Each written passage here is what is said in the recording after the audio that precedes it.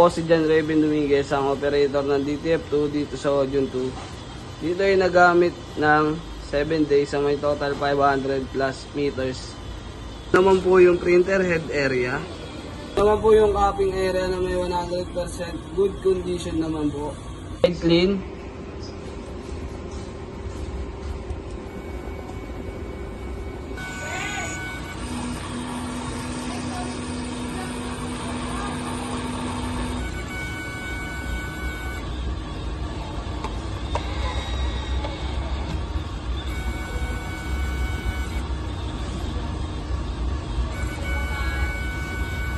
Sa ng wiper after head clean. Nozzle check.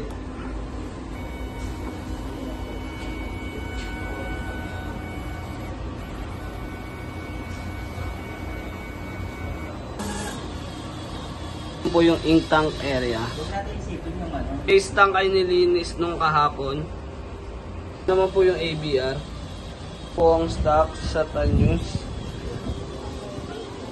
Ito naman pong record siya nagamit. Isa sa black, cyan, isa sa resin powder, yellow, sa film, benta, sa white. Ito naman po yung production log. Ito naman po yung daily checklist. Yun lamang po, maraming salamat.